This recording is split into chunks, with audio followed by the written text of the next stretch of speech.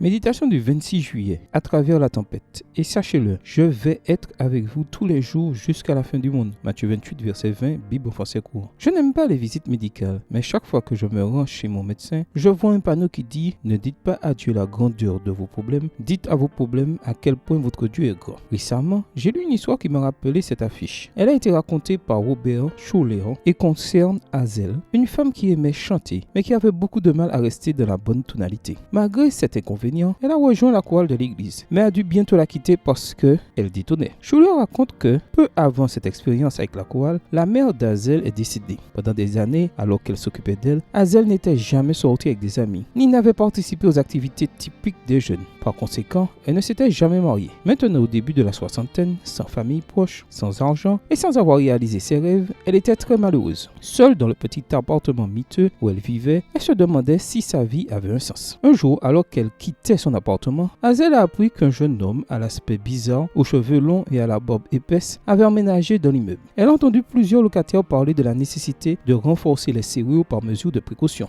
Un soir, alors qu'Hazel revenait chez elle, elle a vu un homme qui avait l'air suspect. Serait-ce le hippie, se dit-elle? Le cœur battant, elle n'a pensé qu'à chanter. You never walk alone. Tu ne marches jamais seul. Quand tu marches à travers la tempête, garde la tête haute et n'aie pas peur de l'obscurité. Lorsqu'elle est enfin arrivée chez elle, elle a remercié Dieu d'avoir pris soin d'elle. Le lendemain, Hazel a trouvé un mot sur sa porte. Il venait du hippie et disait « Je ne sais pas qui vous êtes, mais je veux vous remercier d'avoir chanté pour moi hier soir. J'avais décidé de me suicider quand j'ai entendu dire que je ne marchais jamais seul. Vous m'avez sauvé la vie. Maintenant, je vais me rendre dans une ville où je sais que j'obtiendrai le genre d'emploi dont j'ai besoin. Merci, au revoir. » Se pourrait-il que ce soir-là, pour la première fois de sa vie, Hazel ait pu chanter juste? Probablement pas. Et même comme elle a raconté plus tard, elle n'était même pas sûre des paroles de la chanson, et pourtant, Dieu s'en est servi pour sauver la vie de ce jeune homme. En ce moment, marchez-vous dans la tempête?